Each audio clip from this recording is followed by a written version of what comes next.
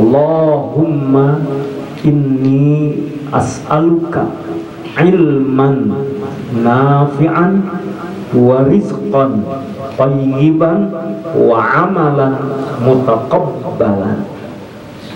3 permintaan di pagi hari, karena rupanya 3 hal ini menjadi pilar kehidupan kita. Allahumma inni as'aluka ilman nafi'an, ya Allah aku mohon kepadamu ilmu yang manfaat. Ikhwatul iman yang dimuliakan oleh Allah subhanahu wa ta'ala, Nabiullah Adam alaihi salam dimuliakan karena ilmunya. Dan orang-orang yang berilmu diangkat derajatnya oleh Allah subhanahu wa ta'ala. Yarfa'illahu alladhina amanu minkum walladhina utul ilma darajat. Jangankan yang benar-benar berilmu, yang ngikutin gayanya orang berilmu aja itu derajatnya dimuliakan. Kami ingat dulu waktu mondok di pesantren, dan alhamdulillah sampai hari ini terus mendapatkan bimbingan dari Abu Yaki Haji Dr. Ahmad bin Yati Badruzzaman. Ilmu beliau nggak habis-habis. Muridnya udah tua, gurunya nggak tua-tua. Awet muda beliau. Tapi sayang istrinya baru 1 juga. Murid selalu mendoakan sebenarnya.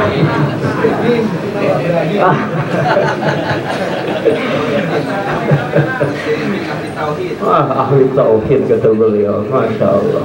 Ya, dulu waktu di pondok itu sengaja bikin seragam jubah warna hijau. Kenapa? Karena jadi pengurus takmir masjid.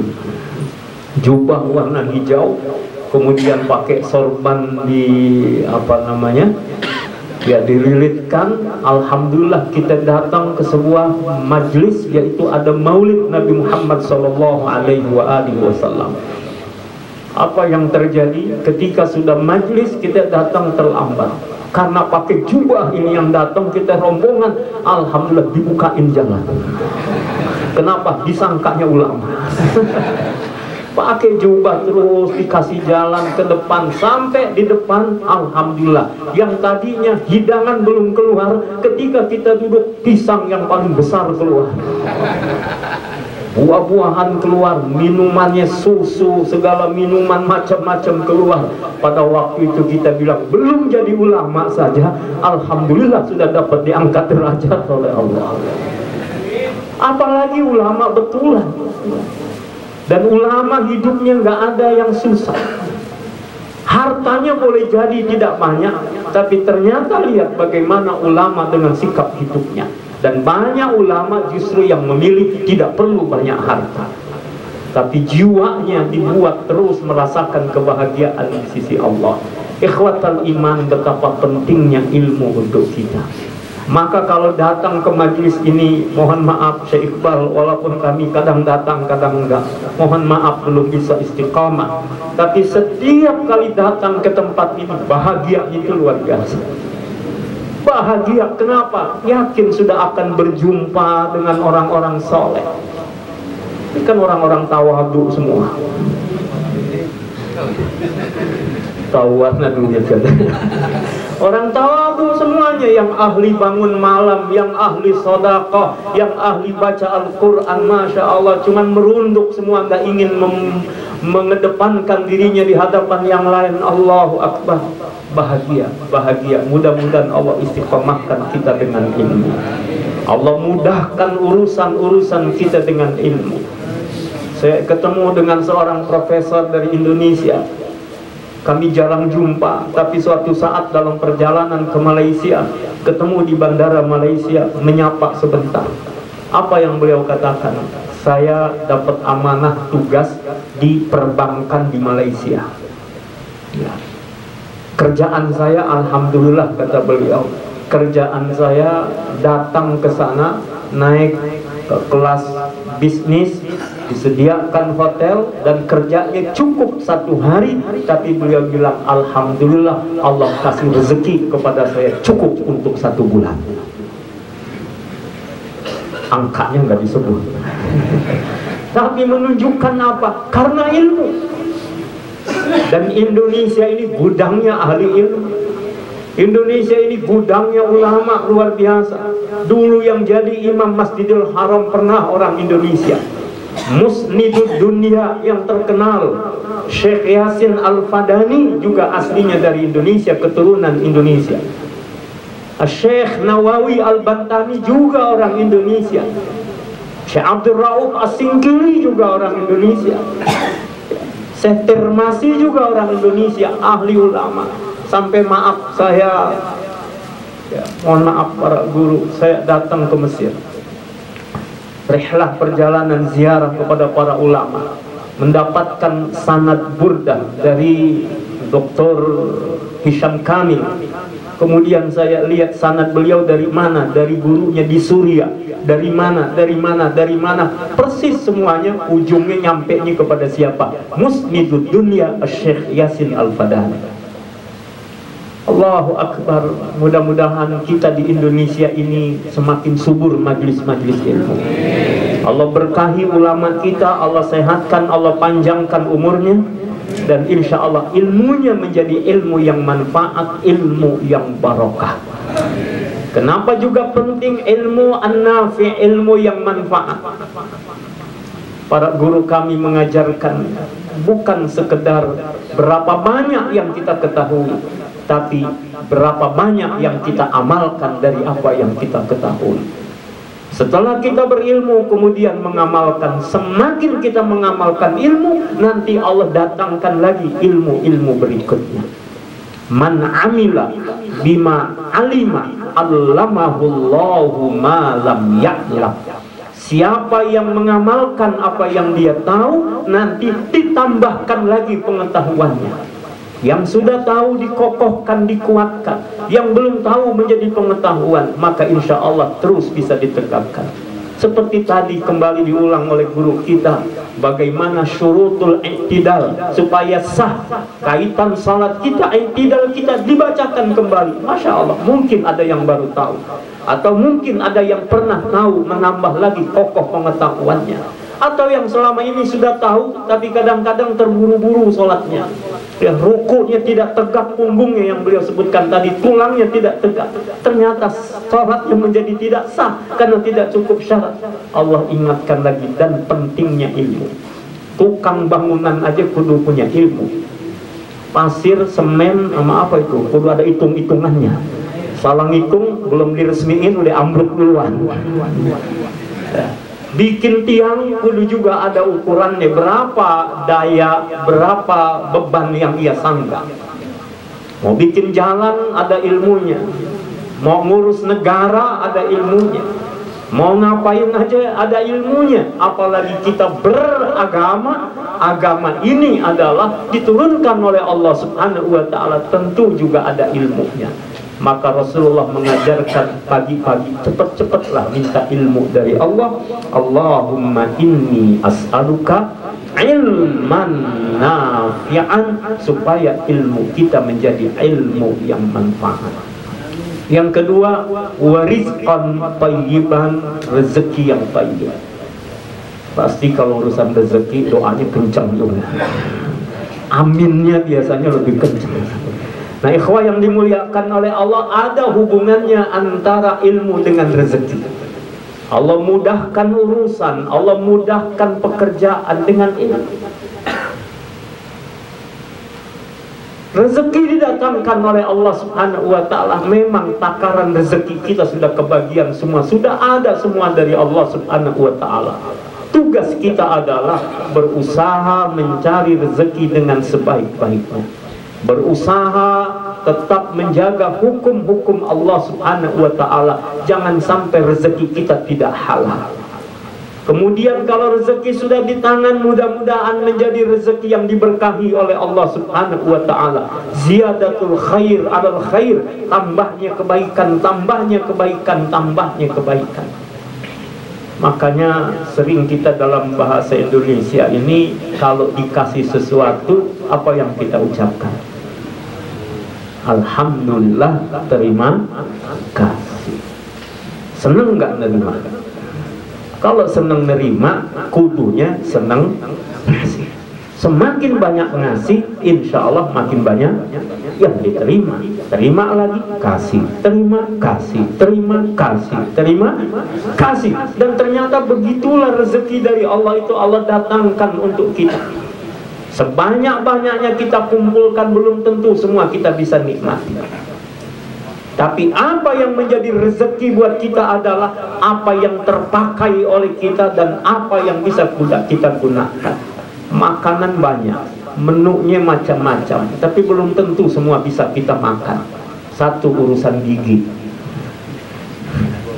Ya, makanannya enak, giginya nggak kuat.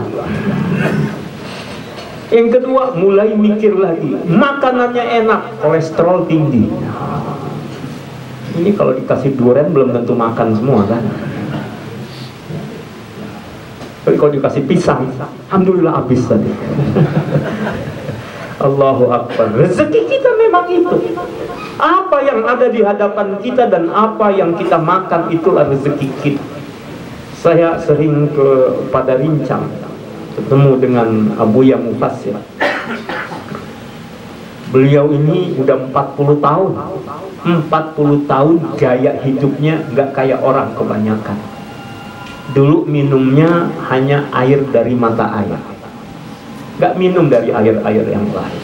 Paling enggak ya air Zam-Zam. Kemudian apalagi beliau makanannya sejak saya pertama kali datang berjumpa beliau udah puluhan tahun sampai hari ini belum pernah melihat beliau menyentuh makanan untuk dimakan.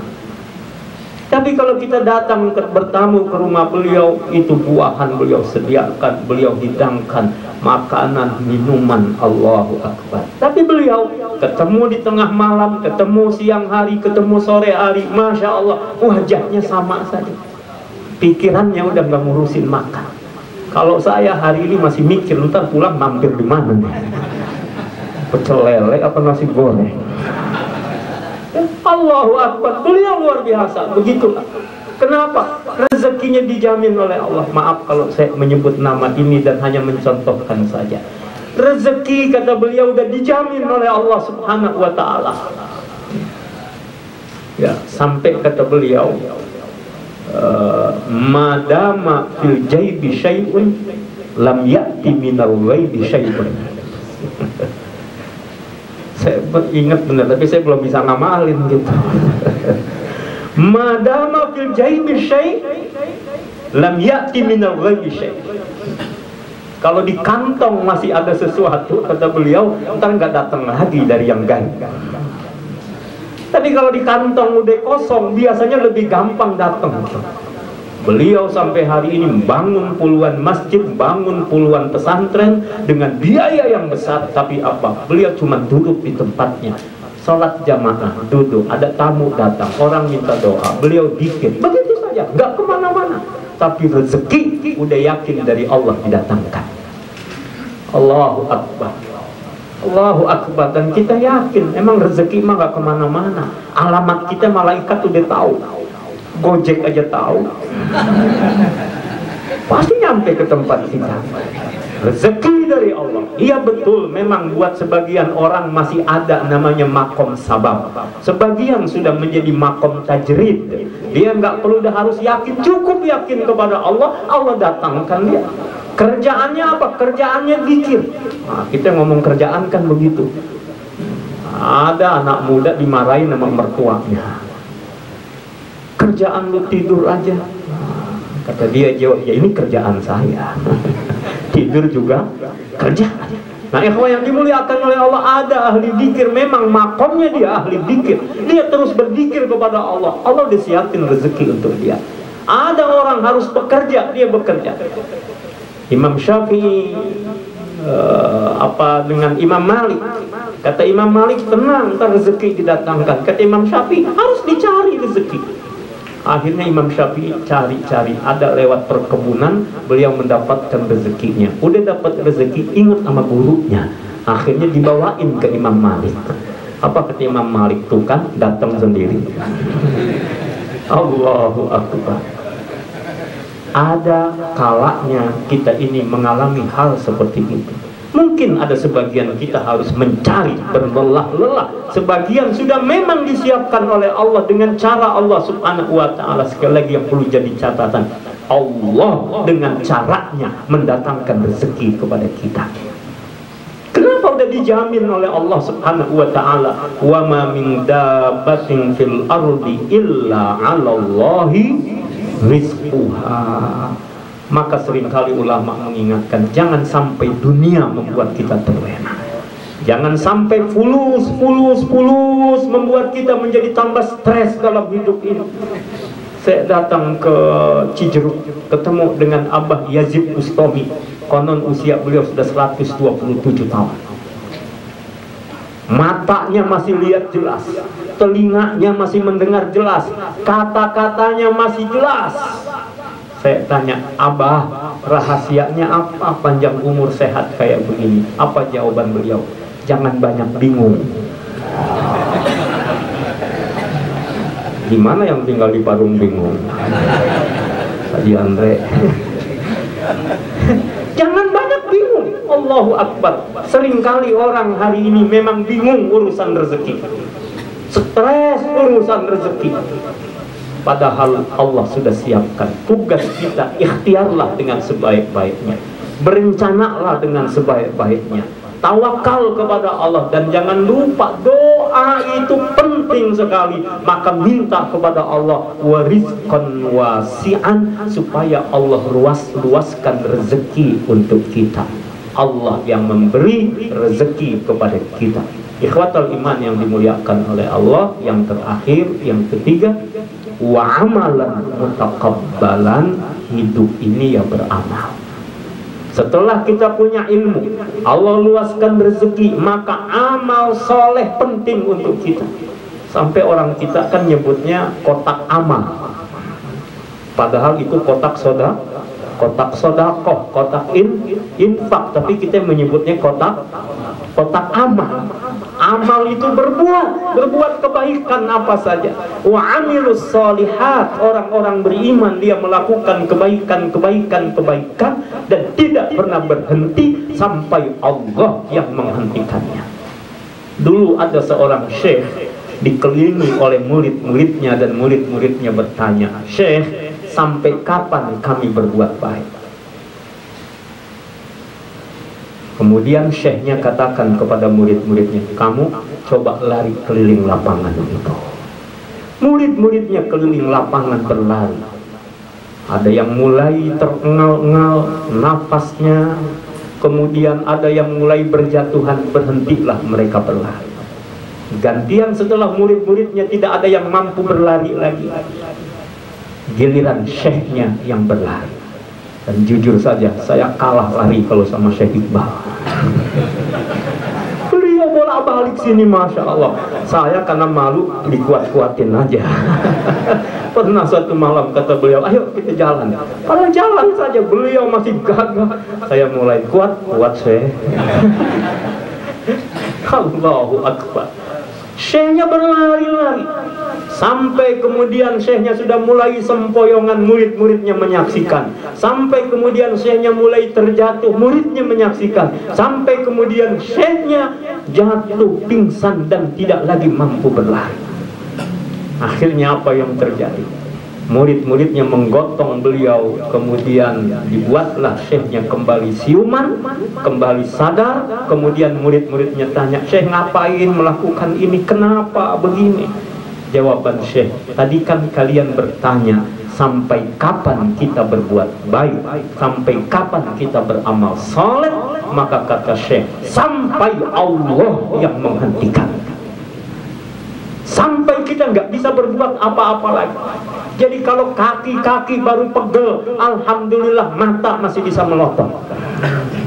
Kalau mata sudah mulai rabun, alhamdulillah telinga masih bisa mendengar. Kalau udah nggak bisa lagi berjalan kaki, gampang sekarang, tinggal panggil tukang pijit. Tinggal panggil mobil, bisa kita pergi kemana-mana. Tidak ada alasan untuk tidak berbuat baik. Adapun kapasitas kemampuan kita berbuat baik, adapun seberapa besar kualitas dan kuantitasnya, tergantung karunia Allah Subhanahu wa Ta'ala kepada kita dan bagaimana kita berupaya dengan maksimal. Tapi siapapun sebelum ajal datang, maka dia hendaklah berbuat baik. Di akhir kalimat ini saya menceritakan kembali ada hamba Allah yang luar biasa. Saya sudah kenal lama dengan beliau. Ada majlis beliau yang malam Jumat juga, malam Jumat ketiga. Maka saya izin kepada Syekh kalau malam Jumat ketiga kami harus ke Jakarta. Sudah puluhan tahun juga majlis ini berjalan. Beliau ketika akhir hayatnya sakit, kemudian anaknya telepon panggil, "Bang, bisa ke rumah enggak? Ada apa? Ayah udah berapa hari ini sakit dan nggak mau minum obat. Barangkali kalau abang yang datang masih tahu, beliau mau dengar." Alhamdulillah kami sampaikan, insya Allah kami datang. Datanglah kami menjelang asar. Rupanya anaknya, menantunya, cucunya udah pada kumpul semua di rumah. Ayahnya dalam keadaan lemah di pembaringan. Ketika kami masuk, "Assalamualaikum warahmatullahi wabarakatuh." "Waalaikumsalam warahmatullahi wabarakatuh." Apa yang terjadi? Rupanya beliau segera bangun. Padahal dari tadi pagi nggak bisa bangun. Beliau bangun, dia bilang, "Ustadz, semoga Ustadz panjang umur. Ustadz, semoga Ustadz sehat selalu." Padahal yang sakit beliau. Kita yang didoain orang yang sakit, dan yakin doanya orang sakit itu mustajab. Allahu Akbar. Kemudian apa yang terjadi, ikhwan yang dimuliakan oleh Allah? Beliau duduk saling mendoakan, akhirnya minta pindah duduk ke kursi. Kemudian kita berzikir, kita bersolawat, kita berdoa, kita ingatkan tentang akhirat. Masya Allah. Kemudian beliau melafazkan zikir, bersolawat, berdoa. Kemudian beliau katakan, "Itu ada korma, kirim ke pesantrennya Ustaz. Itu kirim sedekah, infak, kasih ke Ustaz. Dia butuh apa?" katanya. Tapi nggak mungkin saya jawab apa-apa waktu itu. Pokoknya iya saja. Tanya sama dia, lagi butuh apa? Masya Allah, kalau ambil kesempatan bagus juga. Tanya lagi butuh apa? Baik ayah, siap. Asar, kemudian apa? Kita wudhu, beliau tidak mampu ke kamar mandi, diwudhukan. Masih sholat asar berjamaah. 4 rakaat, kita berzikir ba'da sholat, berdoa.